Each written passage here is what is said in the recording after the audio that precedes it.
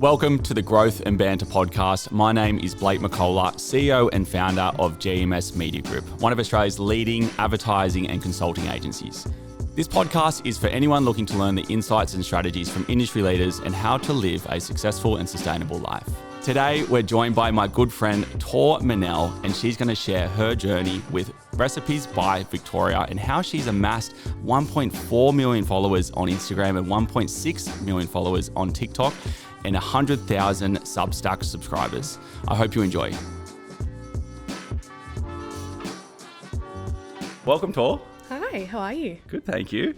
Now, aside from catching up, we're here to talk about Recipes by Victoria and how you've amassed over 1.4 million followers on Instagram, 1.6 on TikTok, and over 100,000 subscribers. You've only done this in the last 2 years as well. So I'd love to start off and just get a good idea of how this came about and how you have amassed such an audience in such a short period of time.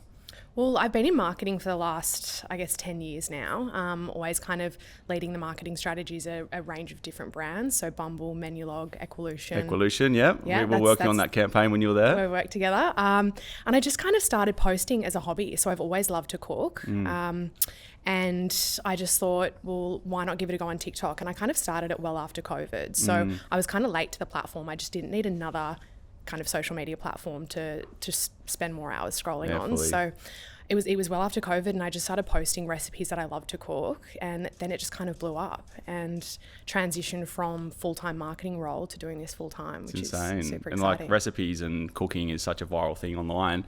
Did you ever think it was going to get to this point? Like, what was the intention initially? Absolutely not. I just started posting as a hobby, and I've always loved to cook weird and different recipes. Like I remember one of my ex-boyfriends like 5 years ago was like, you've got to do something in food. And I was like, what? Like I could be, I could write recipes for magazines, or I could become a recipe developer for companies, or I could maybe go into being a chef. But I just started posting as a hobby, and then it kind of blew up. I never really had a plan to go, okay, I want to post recipes online. It's kind of just come as I've gone, which is really exciting. And how important were those like previous jobs? Like I know Equolution, they were big on recipes and, diet and plans and stuff like that. Like how important were those key roles? Like was there any sort of role in particular that led to this sort of breakthrough? Nothing in particular. I think it's all of the companies that I've worked with combined. So at HelloFresh, I actually introduced recipe content there. So it was kind of like you would order the box and the food, and I would work with our external agency on coming up with recipe content so you knew exactly what was going in the box. So that's kind of the first experience I had with recipe development and content creation. And then Bumble obviously helped with like working by yourself, being in a small team, doing things from end to end. Menulog as well, because they're a huge food company.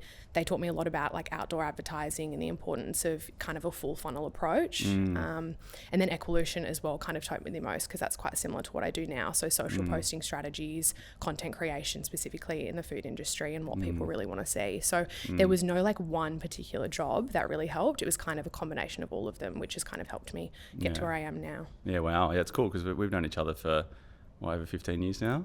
Long time. And my first job was in TV advertising at Multi-Channel Network, which is now Foxtel Media.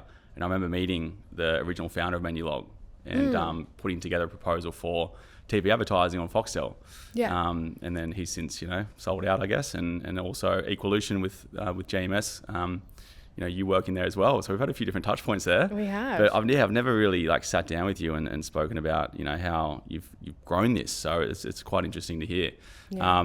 In terms of like the recipes, was there one particular post, because obviously you're probably just dabbling in it, just doing it for a bit of fun. Was there any particular post or, reel that you made on TikTok that just blew up that you're like, fuck, okay, we're onto something? Well, one of my first was the Green Goddess pasta, so the Green Goddess dip. It wasn't my recipe, but I just saw everyone was kind of making it and it was going viral. So I recreated that, and that was one of my first viral videos, which was really exciting. But I'd probably say what kind of really launched me into this career and my socials was the Big Mac wrap that I posted on TikTok. I actually was looking at your page and I went and had a look at that. I'm like, fuck, I'm definitely cooking that. Yeah, it was delicious, but it was 175 mil. Like, wow. That's how many views it got. So I think I woke up, I posted it, and then I 175 million. Yeah, views on TikTok, which is wild. So I woke up and I think it had 20 mil, because I'll obviously post it at nighttime. go to sleep, wake up, and it had about 20 mil. And I was like, oh my God, 20 mil views in 12 hours. Like I get a little bit nervous, especially because my name's attached to it. And I'm like, Were you just glued to your phone, just watching like all of this? It's a bit addictive, as in like, it's fun to kind of watch it go up. Like I dip out of the app, go back into it, swipe into it, and it's gone up 5 mil. Like it can literally just jump like crazy. The algorithm is nuts. And meanwhile, the rest of the world is just refreshing and they're getting 1 like. Yeah. Which is fine, you know, so like not all content performs amazingly. So I'd say the Big Mac wrap really launched me, but then it was kind of the fact that I've invented the sushi waffle. So no one had put sushi rice in a waffle maker before, because I've seen obviously crispy tuna rice is really popular at restaurants and it goes viral always on socials. But I thought of a different way to kind of make crispy rice by not frying it. And I was like, well, what could I do? You know, toast it. I've seen people put it in, you know, a baking tray in the oven, but I was like, a waffle maker will make it stay together. So that's like kind of what set me apart, was coming up with recipes that people haven't seen before. And then I just did a series of that. So, you know, you can top that with salmon, chicken, prawns. So I just kind of reinvent my own wheel of what success I see. Yeah, because that waffle thing's gone crazy. Like I'm seeing people like put chips and make a waffle and like potato and all this random stuff. Yeah. So how do you actually like come up with new ideas though? Like I'm sure there's like lots of inspiration online, but a big part of your success, I think, has been cutting through that clutter and creating like original recipes from existing recipes. Like where do you get your ideas from without giving too much away? No, everyone asks me this. It's honestly like a range of different things. So I look for inspiration online and then I think, how can I improve this or use a different kitchen appliance to make it more fun or different? It was funny, one of my friends, Ben, he was like to me, how do you come up with all your recipes? And I was like, well, I just think of really weird things. So I was like, give me 2 of your favorite foods. And he was like, oh, Peking duck and a chicken schnitzel. And I was like, easy, like make a Peking duck schnitzel, like just crumb the duck breast. And he was like, what? I didn't think of that. I was like, yeah, it's just like those kind of things. So yeah, it's kind of like I look at what works for me. So a lot of people love my sushi recipes. So I like one of my viral ones is viral sushi muffins. So I thought everyone loves sushi. They love watching it rolled up. They love it in a waffle maker, but how can I make little bites out of it? So I stuck nori in a muffin tray with some crispy rice and then topped it with different types of sushi. So salmon mixture, chicken teriyaki, and that went really viral. And that was actually an article on Good Morning America, which was exciting. So like another one that kind of set me apart. And I've seen you on live TV too. Yes. Talk to me about that. I get so nervous when I go on live TV. So Arnott's, they asked me, it was about a year ago, it was for Easter. I made a viral recipe with their shortbread biscuits and it was cutting a huge Easter egg and then filling it with cream cheese. And so that was last Easter, was it? Last Easter, yeah. And they were like, oh, we really want you to go on live TV for it because it went so viral. And I was like, oh my God, I'm so nervous. Like I get so nervous before that speaking. Would be hard, let alone like talking, being on air and cooking. And cooking, that's the thing. Like, anything can go wrong. Anything can go wrong. Like luckily it didn't. I was literally practicing every single day in the lead up how to cut this huge hollow Easter egg with a hot knife. Fuck. I think I bought like 40 Easter eggs. I actually bought I walked into Woolworths and I was like, can you go out the back and get me a box of them? And they were like, no wonder there's a shortage. Selfish. Yeah, she's taking all the Easter eggs from kids. But yeah, I was really nervous. And then I've done one again. It was, what was that one for? That was promoting their new meat pie shapes. Wow, okay. And then I'm going on, I think in a couple of weeks to promote their malto milk sandwiches. Wow. Yeah. So it was a whole year later. Yeah, well, I think I'm getting more confident, and the hosts are always so nice, which is good. You mentioned that you're getting some ideas from friends. Like, have you ever considered, because I know like a lot of, like, I remember there's like TikTok artists that do rapping and they're on the street and they just like pick 2 words and they make a song out of it. Have you ever like engaged your audience to get ideas, like throwing, different recipes out and then you just go and do it? Heaps. I think like one of the biggest things at the moment is me engaging with my community. So even on my Substack, which is kind of a paywall hidden area where my community and I can discuss different recipes and things that they want to see, I'll always kind of ask them what they want to see next. So I've just started a high protein, low calorie meal prep because a lot of people are working at the moment, or they've got kids' lunch boxes and they want to plan ahead and save time. So they wanted to see meal prep recipes because a lot of my recipes aren't really meal prep. So they're like, this isn't really sustainable. Yeah, it's a bit more like make and eat at the time, right? Yeah. But in terms of inspiration, I ask my friends all the time, like, what have you guys seen that's cool lately? Or I'll even just toss some ideas up with friends and go, what do you think if I was to make a black bean pasta taco bowl, and I'll say, that's a little bit rogue, rein it in. Yeah. So good. And like, I'm sure that there's some that have just been a disaster. Like, what's been some of the fails? Oh, there are. I'll have to have a think. I can definitely burn some things because I guess when you're creating content and making a recipe at the same time, you've got to think about the angles and, what you're doing next, that you'll forget one of the elements in, the oven. So there's a lot of chips that have been burnt and things that I've forgotten, or, rice paper roll that's stuck to a chopping board and I've got to restart again. But no major fails. I guess because it's like you're not doing it live, right, most of the time. So you can edit and re-chop. That's it. Yeah. That's the beauty of it. Yeah. Collaborations and partnerships seem to be, a pivotal focus for you right now, aligning yourself with some brands and creating content for them. Talk to me about your partnership strategy and what you're doing to leverage your audience. So there's two ways I currently partner with brands. So one is, I guess, acting as an influencer, where they'll work with me on promoting one of their products in my recipe. So that encourages other people to purchase that exact ingredient to create the recipe that I've come up with. So that's, I guess, the first pillar. And that's really important because I can encourage people to purchase products for them. And that also helps, I guess, my legitimacy across my followers, is in 100%. People know that I'm quite respected by other brands and they trust me to use their products and they want me to influence people with that. And then the second way is I work with a lot of brands creating content that you don't see on my page. So a lot of brands just want to grow their own social pages, which I think is really important. Not just working with influencers, you've got to have your own kind of community inspiration behind. So I'll work with them on a full strategy on how they can grow their socials as well. So yeah, I love working with brands, I guess, in Australia, because I can grow with them as well, and we can help, each other in terms of collaborating across posts. Yeah. And kind of gain the same audience. Yeah, well, you're essentially cross-pollinating each other's audience, right? And making sure that it is relevant for both your audiences too. What's been some of the key brands that you partner with that you're proud of? Key brands, I'm loving working with Arnott's at the moment. Okay. What did you do for them? Well, I just did some ice cream sandwiches for them. So they obviously have a different focus each year on what biscuits they really want to promote. And I love that it's like all their old school biscuits, so the ones that we kind of grew up on. So yeah, they're malto milk biscuits. I think I'll be on TV with them in a couple of weeks, which will be exciting.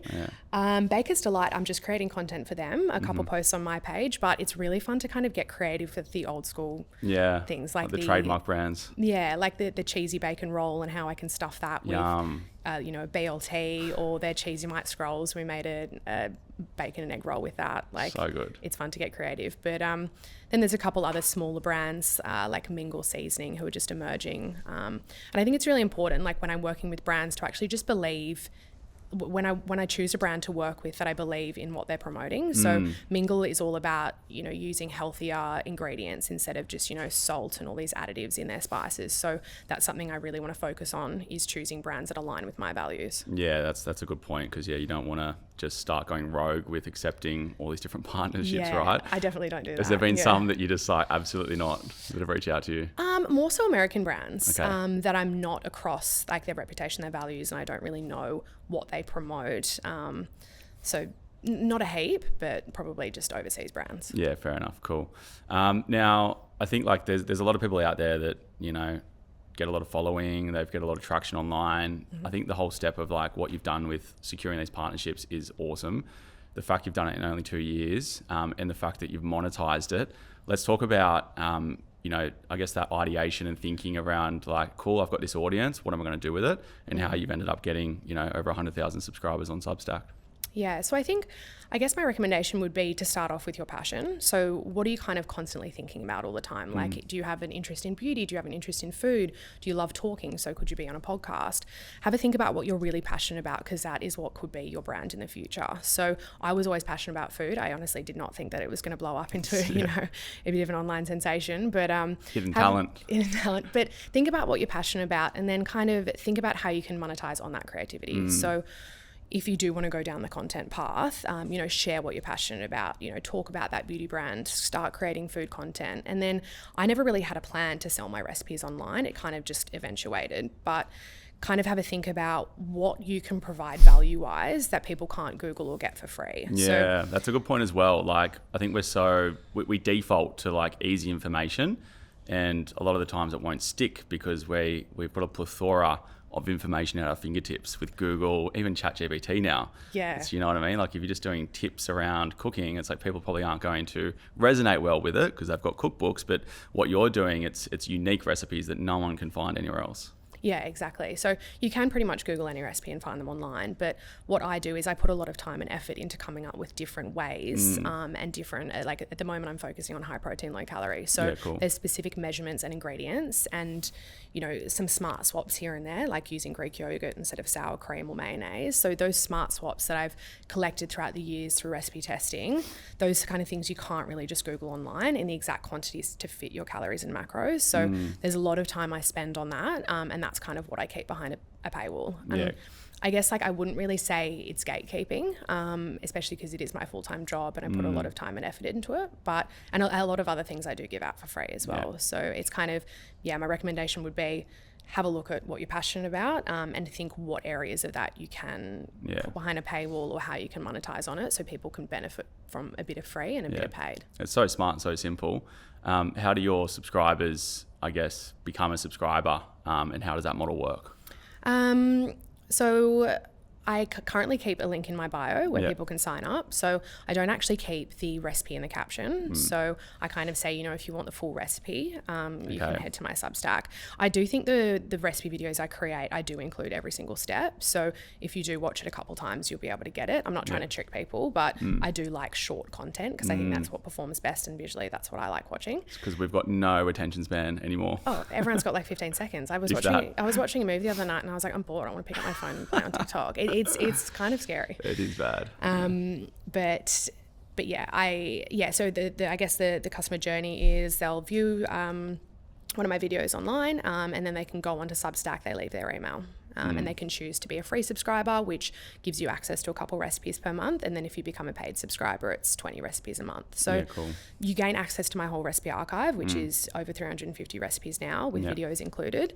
And then 20 new recipes a month, which is a bit of pressure to create. That's a lot. But it's like a magazine subscription, you know, and I charge $5. So it's kind of like the same as what you'd get elsewhere. Yeah, that's so good. And that's a low ticket margin, right? And I think people would get enough value even off a few recipes, let alone 20 on $5 a month.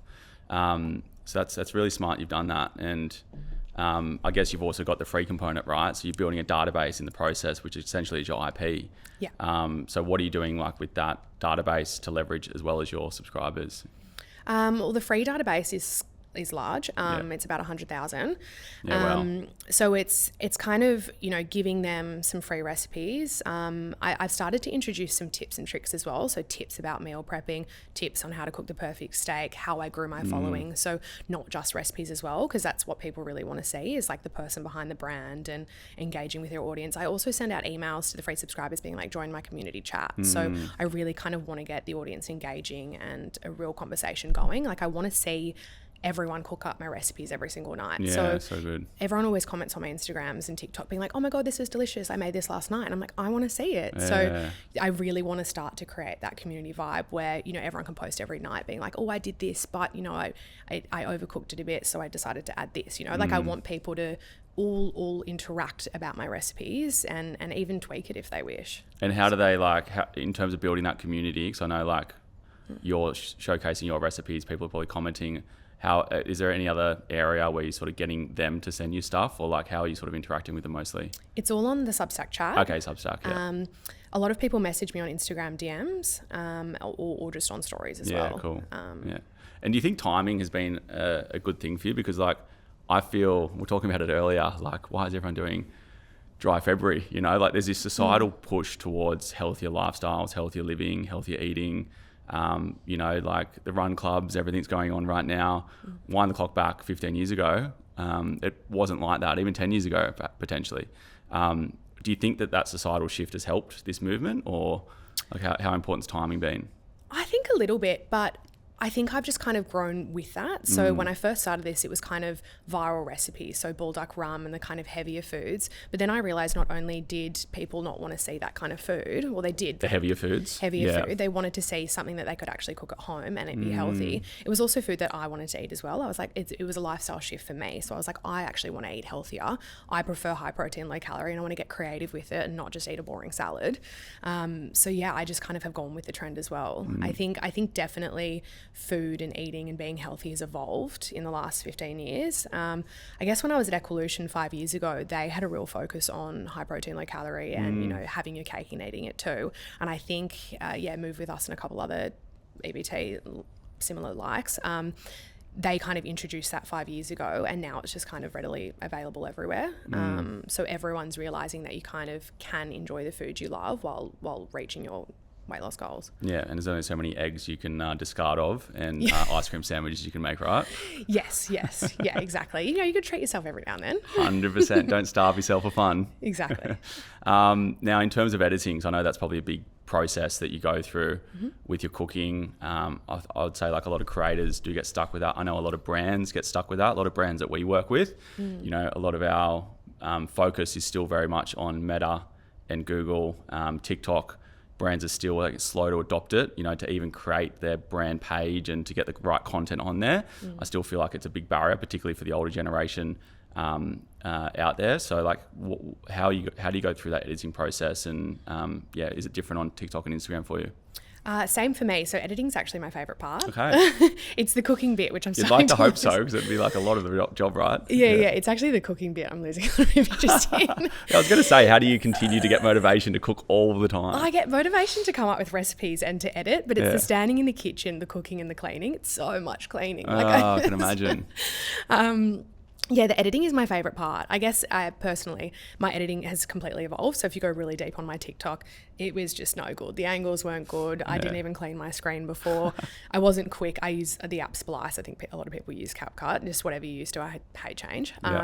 So yeah, I used to literally just stand there, film the whole recipe. Say if that recipe took 40 minutes, I would just stand there and film the whole thing. And then when I'd go to edit it, I'd have to chop it all up and watch it for 50 minutes. So it would take me forever.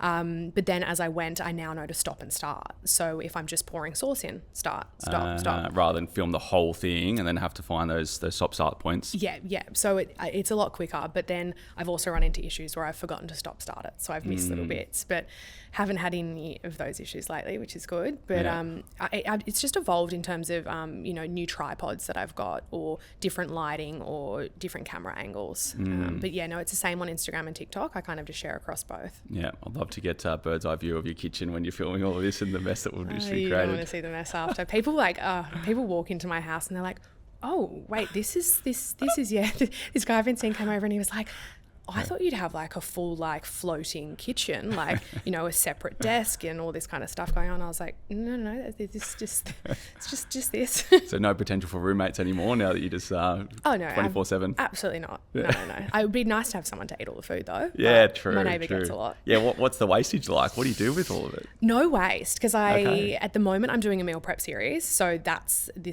is the first time I've had actual like bulk meals kind of come out of my place. So I give them to friends, take them to people, give them to my neighbour, but otherwise I always just cook one person singular recipes, so there's not a heap of waste. And I can always look in my kitchen and go, oh, okay, I've got some coriander left over from yesterday, or I've got some chicken, like how can I use it? So I kind of like use my fridge for inspiration. Yeah, smart. Yeah, it becomes a bit more of a sustainable approach, because again, you'd probably just get burnt out, right, if you've just got all this food sitting there, all this waste going on. Yeah, and I'm sick of going to the shops as well. So I want to use what's in my fridge. And I think what I've got in my fridge will be probably similar to what other people have in their fridge as well. So hopefully that can provide some inspiration for others. Very good. And like, I'm sure there's going to be more evolutions throughout your journey here, given that you are only 2 years into it and already have gained such a massive audience and, getting on live TV, you've got your subscribers. Like, is there any other things you're thinking of in terms of this evolution and how you're going to build out this business? Yeah, so I think I'll keep going with what I'm doing and the platforms that I'm on. I really want to introduce Pinterest and YouTube. Yeah, one thing I would really recommend for future creators is to really spread yourself across a lot of platforms. We always advise that, like throwing your eggs in one basket. Like imagine if you're only on TikTok and you had all this following and your account got hacked. Yeah. You know what I mean? Yeah, well, my TikTok got taken down about a year ago for absolutely no reason. Yeah. Spoke to them about it and everything. They're like, oh, sorry, like an AI just kind of cut it out. And I was like, this is my full-time job. Yeah, and people don't realize that. There is AI bots that trawl or crawl all of accounts, and if there's certain things that go against that algorithm, they'll shut you down. Shut it down, yeah. And I didn't have an Instagram at the time, so I completely panicked. Wow. But yeah, that's my one recommendation is don't spread yourself too thin. But in terms of future for me, next 3 to 5 years, I'd probably say I am in discussion at the moment with some publishers about a recipe book. Okay, yeah, that makes sense. Exciting. Yeah. Well, I never thought I would do a recipe book before because I was like, everything for me is online. Online, yeah, true. It will tap into a different audience. There'll be I guess you can still buy that online, right? So that it just becomes the physical version. Exactly, yeah. And, I've got 350 recipes online. This recipe book will have new recipes in it and only 80. So I think they'll kind of work together in terms of tapping into a new audience and if people want it physical as well. And then you get to do a book tour, get signage going on. Yeah. come and get my autograph. So good. And maybe even a cooking show. Ah, so stay wow. tuned. Lots on the go. I tell you who I just stumbled across last night was Huey. Old school Huey? Yes. I fucking almost forgot about him. And I'm like, this is so good. He's back. Like, he's got his TikTok and he's got his Instagram. I found him on Instagram because I don't use TikTok that much. But I went over to his TikTok. I'm like, fuck, I'm so happy he's back. Yeah, well, he was nominated for Food Content Creator of the Year at TikTok. So he was sitting on the same table as me. It was hilarious. So I think his daughter put him up because she was there as well. And we were watching all the performances going on at the TikTok Awards, and Jojo Siwa, I think that's her name, got up and started singing some rogue song about karma. I've got the videos on my phone. I'll show you after. And she's like flipping her hair back and forth, like going wild. We're all loving it. And Huey's just sitting there going, what the fuck? What the fuck's going on? My daughter dragged me into this shit. Yeah, do you reckon that's what's happened? Because he's been like, there's been quite a bit of time out of TV. And then he's got daughters that maybe have got him back online? Is that what's happened, do you think? Maybe. I don't know his story, but I'm assuming he must have been the chef in their family. And maybe they were like, you have to. Yeah, you're a great cook. Let's go on. And everyone loves him. Everybody loves him. It was one of the first comments I read, which I laughed at, was, I could never forgive you for disturbing my cartoon time. Now I wish that I watched you so I could just enjoy like a national treasure. Yeah. Oh, he's great. But I think like a lot of people have, been in one industry and then come over to the food world. Yeah. Because everyone is passionate about food. And I guess food and cooking, it's like a talent that you bring on from earlier years. For sure. So example, the guy, Michael Finch, who won Food Content Creator of the Year for TikTok, he used to be a makeup artist and then has completely rebranded and just loves food and he's fantastic at it. Yeah, well, who knows? Maybe one day you can be a chef on MasterChef. No, I don't think I would do that. I don't have the skills. That would be tough, because you need to have such a plethora of knowledge of everything on that show and to critique everything as well and to know the ingredients. Yeah. Like that would stress me out. Well, that's one thing with me is I don't think I'm a chef. I'm more of a content creator. Yeah. So I know food that tastes delicious. I know what works. But when it comes to MasterChef or being a chef, it's a full-blown science. Like you've got to balance your salt with your sweet and, all that kind of stuff that I don't really know. I know like the simple at-home cook like recipes, but not when it comes to like gastronomy and using an ice cream machine and all these fancy things. Yeah, no, not for me either. But never say never. Yes. Now in terms of like TikToks, I know there's a lot of stuff going on, and there's one thing that we've been looking at quite closely. We've got TikTok reps, so we're sort of always align ourselves with the platforms to get up to date with what's going on. TikTok Shop has launched over in America. I heard recently that someone made over 40 million in 1 month just on TikTok Shop as a creator. God, that sounds good. So like the opportunities there for a lot of creators, I think it's coming to Australia in the next 3 to 6 months. So important to sort of stay on top of that. Any plans around TikTok Shop at all, or? No plans. No plans, okay. Haven't spoken to my TikTok rep about that. 40 million a month sounds nice. What the hell, right? After this, yeah. Hello. Did I just give you a good idea then? Yeah, you did. You want a cut? Yeah, 100%. No plans there. I'll take 5% in perpetuity. 5%? Who do you think you are? 0.5, thank you. No plans there. But I need to start kind of looking into the creator monetization platforms. Yeah, as because well. you've got this audience, right? So why not? Like, and that's where you can leverage your brands a lot more as well. So I guess, I mean, I've not used it, but I would, you know, for you, I would think that, you know, having that audience, working with a brand like Arnott's, and then being able to buy that product that you're showcasing, you then get affiliate commissions from that. Yeah. Well, so you're not having to then just sell your product, you're making comms off other products too. Yeah. Well, that's one thing I've really noticed about, I guess the intent to purchase, I think, is very different on Instagram than it is on TikTok. So when I had my TikTok, not many people were kind of moving to wanting to convert to purchasing my recipes. When I started my Instagram, the intent to purchase is so much higher. So I think people are kind of scrolling. So Instagram, high intent to purchase, and more conversions versus TikTok. Absolutely. Interesting. I can also see those stats on Substack to see where they've come from. So yeah, when it comes to Meta, so Facebook and Instagram, a lot of traffic for my Substack is coming from those two platforms. I do think, you know, Instagram and TikTok are quite different, and it's not just an age difference. It's more just like, you know, people are scrolling TikTok to kind of get that 15-second view or, you know, brand and viral and the good laugh, whereas I think on Instagram people are kind of there to research and actually purchase. So whether they're looking for, you know, their favorite brand bringing out a new dress, what can they wear next weekend, they'll go to Instagram. Or if they are looking for a recipe that they want to cook, they'll save it there, or they will. So they're probably spending more time and going deeper on particular styles of content versus TikTok. It's just sort of like, you know, repetition and just scrolling. Yeah, I'd say it's more of a brand play on TikTok, if anything, and then actual sales and conversions on Instagram. That's just worked for me. Yeah, and that's like, we also have that experience because, again, not only are brands slow to adopt on TikTok to create the content, but purchasing on it from ads is a bit more of like cast the net wide strategy versus like Meta. You can go so granular. You know, and there is that buyer. It's almost like the database on Meta has been conditioned to be purchasing because it is very much a monetized ad platform. Facebook's almost like 90% ads, if not probably more than that. You know, like it's like there's probably no point even posting on Facebook from a company page anymore unless you've got, you know, yourself could be for sure. Like you've got you in your regard 100%, but in terms of like a normal business, you know, that doesn't have many followers, like the engagement is next to nothing. You need a huge content strategy plan. And like to get engagement on Facebook is a lot harder. You know, if you got that, then great. Yeah, I think you need a really streamlined content plan if you do want to grow your Facebook, for sure. Absolutely. I mean, like Facebook Reels, I think that's probably where Facebook's been a bit revitalized. Absolutely. Yeah. Some of my Reels are performing better on Facebook there than you they go. are on any other platform. Yeah, so the newsfeed probably not so much, but Reels, I spend most of my time on Facebook and Instagram Reels. Interesting. Like, yeah. How do you even see Facebook Reels? I don't know. They just pop up somehow. Yeah, but one of mine got like 10 million views the other day, and I'm like, I don't even know how to watch it. Because like I sometimes forget. I flip between the two, and like I'm naturally just on the platforms doing a ton of research myself. Like I'll actually spend time on looking at ads and go, cool, that's a great ad idea. Send it to my team. But I sometimes don't even realize which one I'm on because I'll go to like share it on Facebook and realize I'm on Facebook. And that, like, I'm just the sharing process, it goes to Messenger. So I'm like, oh fuck, I can't share it because people don't use Facebook. But yeah, it's like the whole user experience has become so similar. Yeah. You know, there's similarities between all the platforms in terms of the tabs or, you know, where your DMs sit and scrolling and, you know, just seeing what your friends post. They're all quite similar. Yeah, absolutely. Yeah. So in terms of like how you're engaging with you know, your community on Instagram. Aside from recipes, like, is there any other cool things you're doing this year? No, just potentially a recipe book. Okay. I'll do some more series, come up with some more recipes that people haven't seen before. But yeah, a recipe book, potentially a food TV show. Very good. We'll see. And I'm sure it's not all been like a smooth process to build all this out. Like, you know, I think adversity goes part and parcel with building a business. And I assume that there's probably times where you're just like, fuck, I can't be bothered to do this.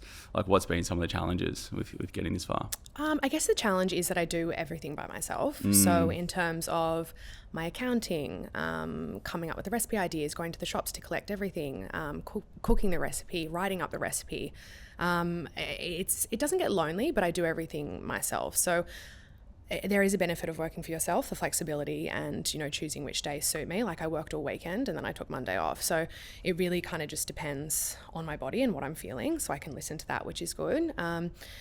There's the positives and negatives there. But I guess like one of the negative things is trying to explain to people what I do for work and them kind of not taking it seriously. Yeah, that's right. Because everyone's seeing like all these recipes. It looks fun, you know, you're putting on a happy face all the time, but it's like what the background of that. Like you're managing a full-time business. Yes. People don't see that. No, they don't. I don't think it's other people not realizing. I think it's also my delivery and explaining what I do for work, which I really need to work on. Well, here we go. People can listen to this. No, I get so nervous. Yeah, it's the elevator pitch. I just, people say, oh, what do you do for work? And I'm like, oh, I'm a food content creator. And I guess there's a bit of a stigma when it comes to content creation and I guess influencers. Sure. So they think, oh, they just like post, what they're wearing online. But there's a full strategy behind it, especially when it comes to food content creation. It's start to finish, back and forth, recipe developing, testing, posting online, editing, working with brands, sending off those emails, getting things approved. It's a huge process. And then writing up that recipe on Substack, making sure that the link's in your bio. There's all these like mini steps. It's not just a 9 to 5. You've kind of got to be on at night time when you post the recipes. You've got to, look at the data and the analytics that you've been given by these, by TikTok and Instagram and see what you can do on it to improve. So people don't realize the hugeness or the amount of work that goes into the back end of what I'm doing. Absolutely. So I guess that's the hard thing about running my own business is they kind of just look at the platforms from the front of Instagram and TikTok and not realize kind of all the effort that goes into it behind. Yeah. And I'm sure like obviously you've gained a lot of inspiration from your previous roles at Equolution and Bumble and stuff like that. Like I'm sure that there's people that you're sort of leaning into who's been some like really key people throughout the process that you've sort of just been like, calling up for advice or probably whatever. Michelle. Okay, so she was the leader of Bumble in Australia back 5-6 years ago. Shout out Michelle. We are constantly, I guess, sending each other voice notes with ideas. Cool. She's just started a podcast with Mama Mia, a biz podcast, and I listen to that all the time. And although, kind of the normal career world and asking for pay rises and stuff doesn't really relate to me anymore, but I found that those kind of tips really interesting, and I wish that they were kind of around when I was younger because that would have definitely helped. But yeah, I always kind of turn to my friends for different areas. So I guess when it comes to business and growth, I'll talk to Michelle, and then just my usual girl chat group. So I don't have a team around me who can tell me if a recipe looks ugly, so I'll send it in the group and go, what do you guys think of this? So I kind of feel, although I don't have a team, like my friends and previous work colleagues are my team. Yeah, that's great.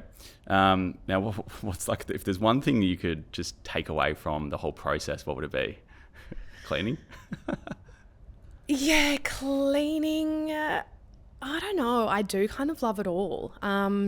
Enjoy the journey. Yeah. I don't really have anything. The cleaning, but I'm the one that created the mess in the first place. True. So. Yeah. What's the number one rule, right? But there's people. It's always a divide on this argument. But if you cook, are you the one cleaning, or is the other person cleaning for you? I think it depends on who's had the roughest day. Because you can't just cook and create like an enormous amount of mess, and then the other person has to clean, and then if you cook, you're like tidy.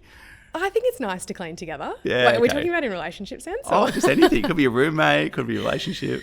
Oh, I think it depends on the state of the mess. True. It's hard for me because I'm creating content, so I can't really clean as I go. So it's an absolute bomb site. And then I just bought a cat, but Welcome to the cat family. I love cats. Yes. I love your cat. Yeah, Cosmo. Cosmo and Nori, they should be besties. 100%. Okay, I'm coming over and I'm going to watch one of your recipes and the cats can play. Oh, yeah. But I usually, before I got him, would just leave the mess in the kitchen and then just go edit it and What's then his kind name? of come back. Nori. So good. Well, it has to be food related, obviously. Yeah, but now he just kind of gets into all the food, so I've got to clean it straight up after. So he's kind of whipping me into line. That's which is good. Yeah. The first team member. Yeah, literally. I love to eat a lot of my food as well. That's so good. Very good. So I'm sure a lot of people might be listening to this, I'm sure there's a lot of people sort of aspiring to your journey, how you've built such a great following audience and business, and I think just giving some general advice to other people wanting to start their journey, or maybe they're going through their journey a bit stuck, what's some of the key points or tips you'd be giving, some of your followers? I'd probably say start with what you're passionate about and really engage with your audience. So when you make that first post, if it's not, super viral, kind of send it to your friends, or if you get comments on it, kind of ask people what they thought about it. So getting feedback. Yeah, getting feedback, really engaging with them, asking what they want to see, looking at the results from that and then repeating it in a different way. I guess one thing I'd say probably to stop doing is I guess, chasing every trend and vanity metric. So I do see a lot of brands and content creators just jumping on trends. And, you know, that's great and it can go viral. But if that's not your core value and what you want to sell, then it's just going to look like a bit of a mess. And you may get followers, but then you'll lose them on the next post. Yeah, so true. So yeah, I'm sick of just hearing the same song over and over again. I know that's a big part of like jumping on trends, but people are just copycats out there, right? Yeah, yeah. And I think that's been like part of your success is having that point of difference and being unique. 100%. And I think in terms of vanity metrics, like people just look at the likes and the comments and they think that's everything. So, you know, sometimes I'll create a recipe and it's one of my lowest views, but it's one of my most highest paid on TikTok, on Substack. So people will really want to actually make that recipe, even though it's not viral. So I guess like just chasing likes and comments and views isn't actually going to convert to sales of what you're trying to sell. And you pointed out systems there. I know we've mentioned a few already, but like what are some of the key systems that you can't live without to run the business?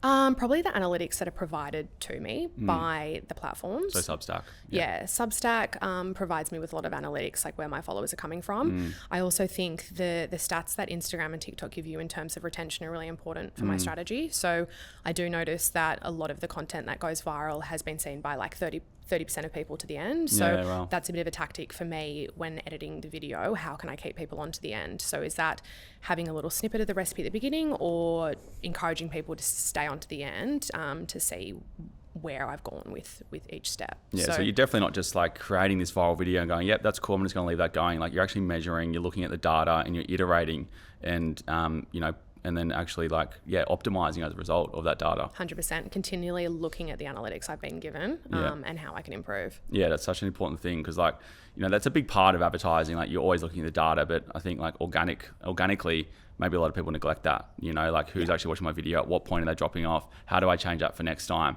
and then continue to improve from there. 100%. Yeah.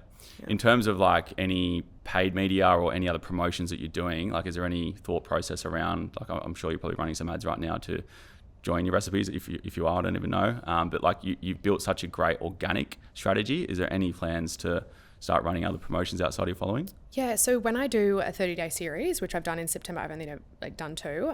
It was in September, so that was posting every single day for 30 days. Yeah, wow. And then to launch 2025, I did 30 days of high protein, low calorie recipes, so kind of kickstart the new year with some healthy, delicious recipes. So during those 30-day periods, I have run ads, but they just don't perform as well as my organic. No. And the guy I've got running my ads, you know, he's got a separate URL to my URL, and I also offer 30 days free, so people can see one of my recipes, they can sign up and get 30 days free access to my whole recipe archive and every recipe that I bring out for that series, and they can decide to stay on if they want to or not. So I have run ads before and I will continue to do so just because I think it's good to have both kind of running. But for me, my organic strategy is what drives more clicks and views. And I do like ads because you can specifically target certain audiences, and I'm really focusing on Australia and you know, both male and female at the moment. But not all year round. Yeah, we're working with a brand right now, and he's got sort of building up his personal brand and using a content agency to film everything. And there's been a bit of a debate that, you know, if you are posting organically with a personal brand and then running ads, it can diminish the organic growth. Now, I don't know if that's a rumor. Meta will never probably admit to that because they obviously want people to advertise and not have a problem with advertising. Yeah. What's your thoughts on that?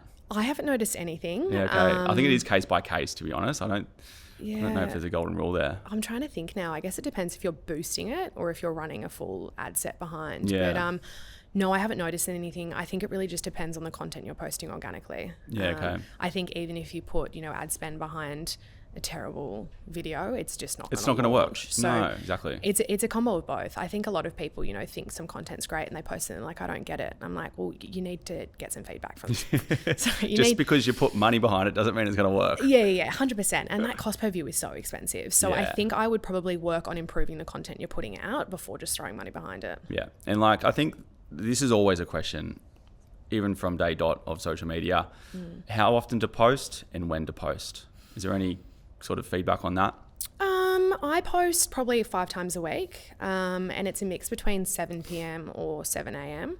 I think that's so kind before of... or after work? Yeah, before or after work. I obviously base that off the stats that Instagram and TikTok give me.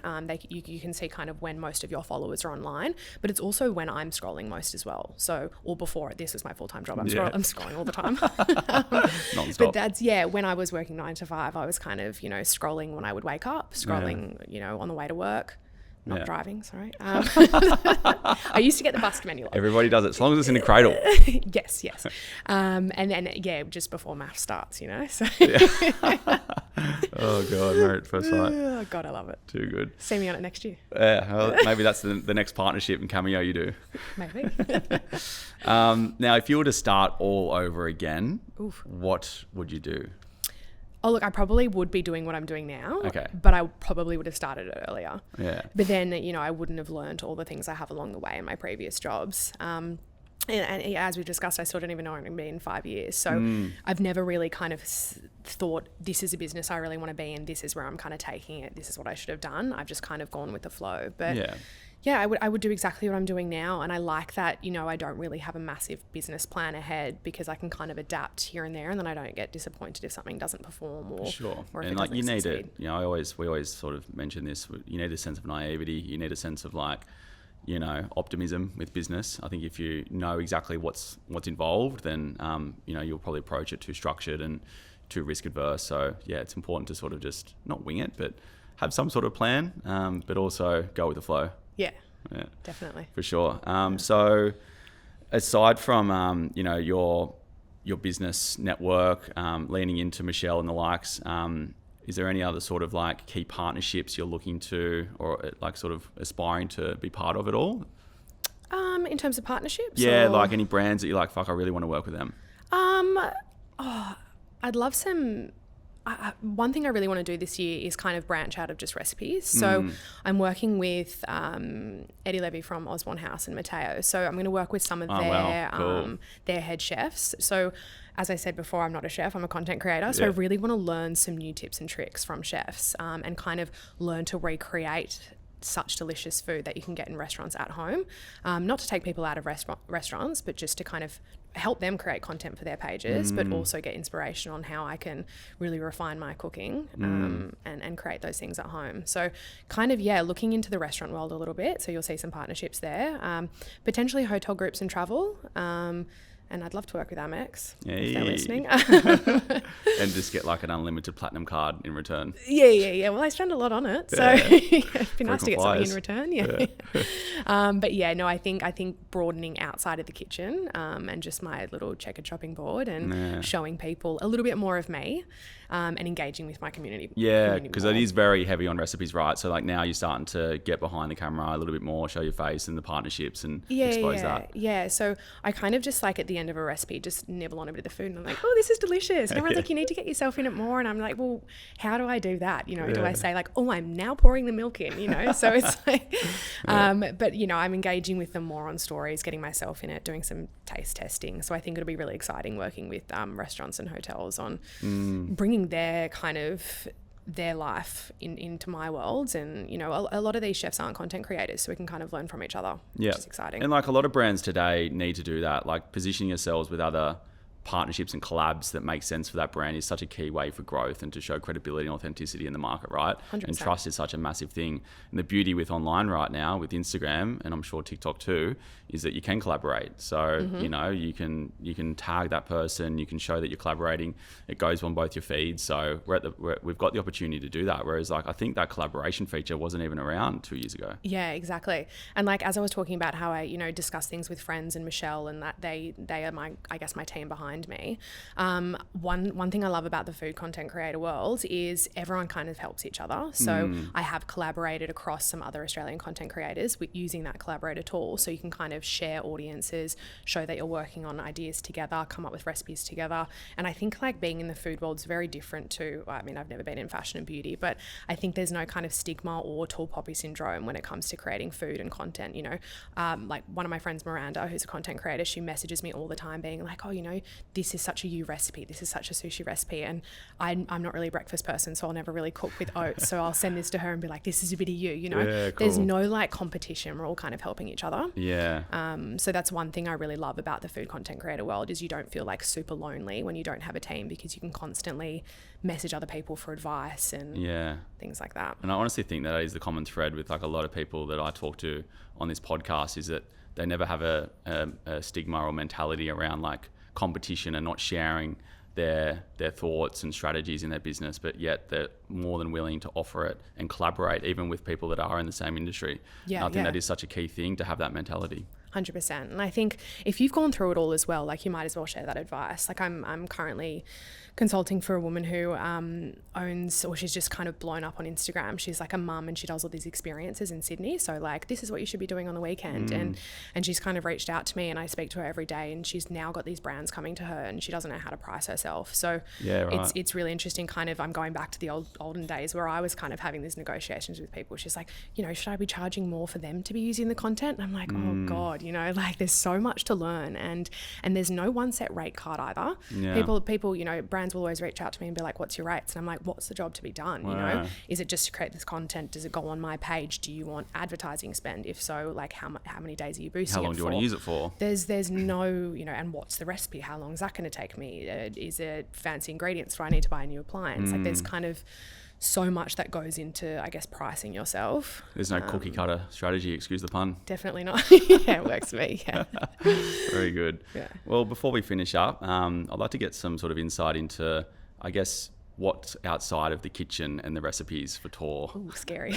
So, yeah, I mean, hobbies go hand in hand, you know, interests outside of work. Like, how do you switch off, refresh, reset, and, you know, get those creative juices flowing? Like, what's a sort of like good, you know, break away from that? What's that look like? Yeah, well, I spend a lot of time in my kitchen and at home. You know, like I don't have an office workspace. So I'll literally wake up in the morning, go for a walk, get coffee, cook in my kitchen, edit on my couch, cook in my kitchen, go to bed. I do see friends and have a life outside of that. I'm not a complete loser, but there's more to that. Yeah, I do spend a lot of time at home. So I guess when it comes to, you know, relaxing and hobbies, I do love just kind of interstate travel.